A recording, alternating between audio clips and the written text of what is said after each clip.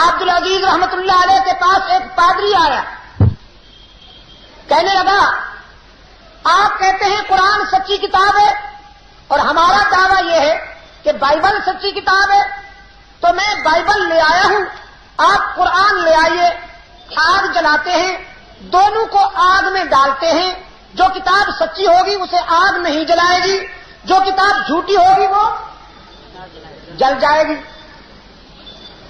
آج فیصلہ ہو جائے کہ کس کی کتاب سچی کتاب ہے۔ شاہ عبد العزیز محدث دہلوی حضرت شاہ ولی اللہ رحمت اللہ علیہ کے فرزند فرمانے لگے چیلنج تو تمہارا منظور ہے، چیلنج منظور ہے، لیکن ذرا ترمیم کے ساتھ۔ ترمیم یہ ہے کہ تنہا کتابوں کو ڈالنا انصاف کے خلاف ہے، وفا کے خلاف ہے، تنہا کتابوں کو آگ میں ڈالنا وفا کے خلاف ہے۔ ایسا کرتے ہیں، آگ جلاتے ہیں، میں قرآن لاتا ہوں، تم بائبل لائے ہو، میں قرآن سینے سے باندھ لیتا ہوں، تم اپنی بائبل سینے سے باندھ لو، پھر میں قرآن سمیت آگ میں چھلانگ لگاتا ہوں، تم بائبل سمیت آگ میں چھلانگ لگاؤ۔ جس کی کتاب سچی ہوگی وہ کتاب سمیت محفوظ رہے گا، اور جس کی کتاب جھوٹی ہوگی وہ کتاب سمیت جل جائے گا۔ آئیے، پادری کہنے لگا ایم سوری، میں بائبل کو تو فائر پروف مٹیریل لگا کے آیا تھا، باڈی کو تو نہیں لگا کے آیا۔ وہ جو مسالہ ہوتا ہے نا جس پر وہ آگ نہیں اثر کرتی، کہ وہ مسالہ میں بائبل کو تو لگا کے آیا تھا، باڈی کو تو نہیں لگا کے آیا تھا۔ بھاگ گیا، اگر نہ بھاگتا تو جل جاتا۔ قرآن کائنات کی سب سے بڑی حقیقت ہے، قرآن سپر پاور ہے، قرآن دنیا کی سب سے بڑی انرجی ہے، یہ خود بھی محفوظ ہے، جو اس سے وابستہ ہو جائیں وہ بھی محفوظ ہو جاتے ہیں۔ آج ہم یہی کہہ رہے ہیں، ہم یہی کہہ رہے ہیں آج برطانیہ کے قانون کو نکالو ملک سے، برطانوی قانون کو نکالو ملک سے، قرآن کو قوت حاکمہ مان لو، کچہریوں میں، ہائی کورٹ میں، سپریم کورٹ میں قرآن کے مطابق فیصلے ہونے لگے، انشاءاللہ پھر نہ تمہارا کچھ روس بگاڑ سکے گا، نہ امریکہ بگاڑ سکے گا، پھر تم دنیا کی سپر پاور بنو گے، جو طاقت تم سے ٹکرائے گی پاس ہو جائے گی۔ کہ سمجھ جاؤ، قرآن کو اور سیرت سرور کائنات کو افسانہ نہ بناؤ، اسے قوت حاکمہ کے طور پر تسلیم کرو۔ عزیز دوستو، یہودیوں نے توریت کو بدلا، عیسائیوں نے انجیل کو بدلا، اور بدلا کیسے؟ فرمایا وقالت اليهود عزير ابن الله وقالت النصارى المسيح ابن الله۔ یہودیوں نے اللہ کے نبی حضرت عزیر کے متعلق یہ کہا کہ ہمارا نبی دیکھنے میں تو انسان ہے لیکن در حقیقت اللہ کا بیٹا ہے۔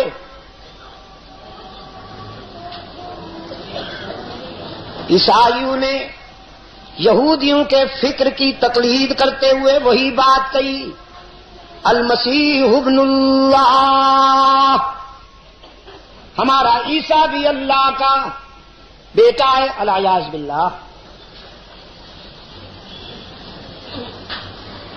پہلے یہودیوں اور عیسائیوں نے نبیوں کو اللہ کا بیٹا بنایا، پھر اپنے بارے میں کہنے لگے نحن ابناء اللہ، وقالت اليهود والنصارى نحن ابناء اللہ واحباؤہ،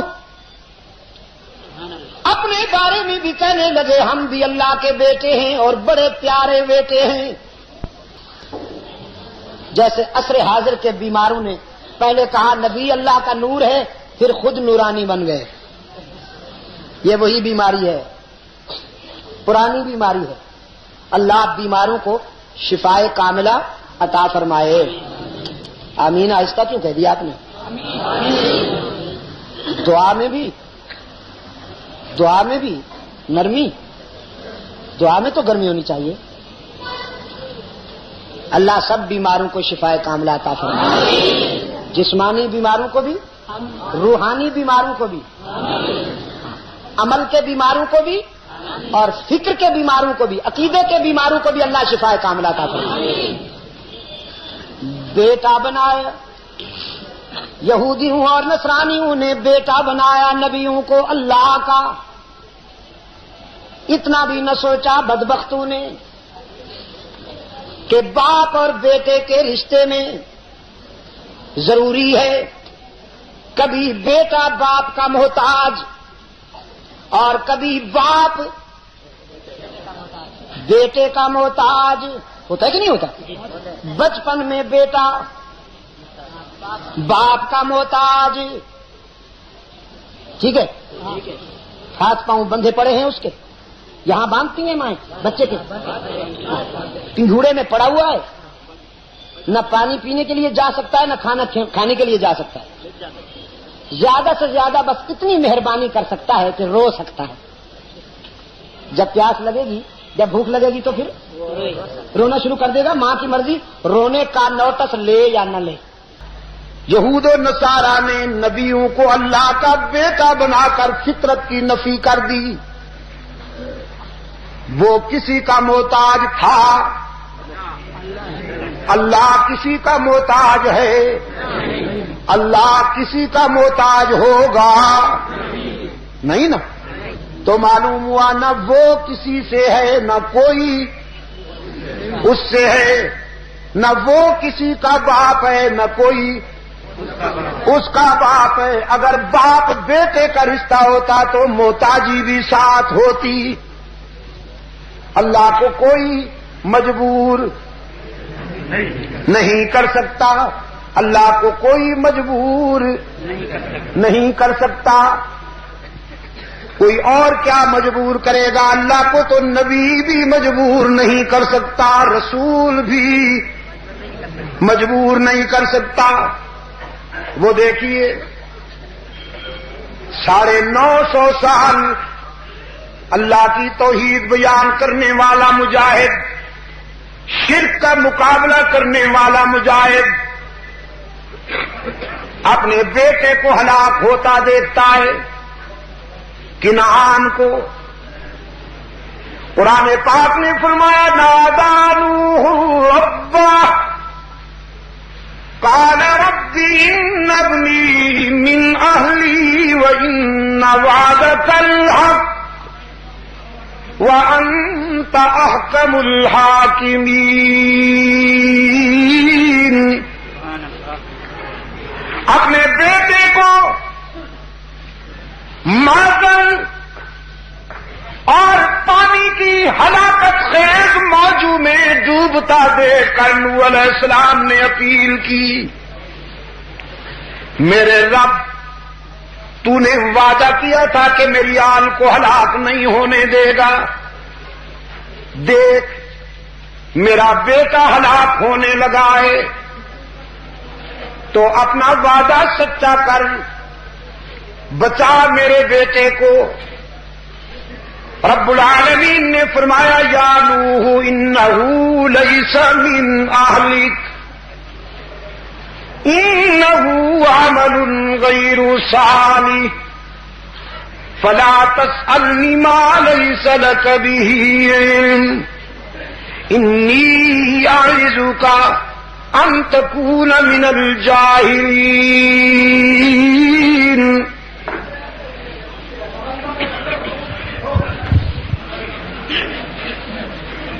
میرے پیغمبر علیہ السلام، یہ کنعان جو ہے تیرا خون تو ہے لیکن تیری آل میں سے نہیں، اس لیے کہ اس نے تیرا عقیدہ نہیں اپنایا، تیرا کردار نہیں اپنایا. انبیاء اور رسول کی نسل نطفے اور خون کی بنیاد پر نہیں چلتی، عقیدے اور کردار کی بنیاد پر چلتی ہے۔ اس نے تیرا عقیدہ نہیں اپنایا، ہم نے اس کا نام تیری برادری کی لسٹ سے نکال دیا۔ لا تسألنی ما لیس لک بہ علم، پھر جس راز کا پتہ نہیں لب کھولنے کی اجازت نہیں، چپ رہیے۔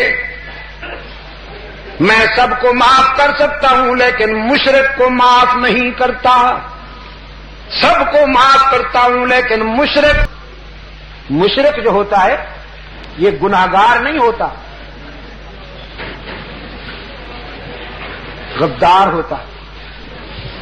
مشرک جزاک اللہ، بھولو گے تو نہیں؟ بھول تو نہیں جائیں گے؟ مشرک گناہگار نہیں ہوتا، غدار ہوتا ہے۔ گناہگار وہ ہے جس سے نماز میں کوتاہی ہو جائے، روزے میں کوتاہی ہو جائے، زکوٰۃ میں کوتاہی ہو جائے، حج ادا کرنے میں کوتاہی ہو جائے، یہ گناہگار ہوتا ہے۔ فرائض میں، واجبات میں، سنن میں کوتاہی ہو جائے تو وہ گناہگار ہے۔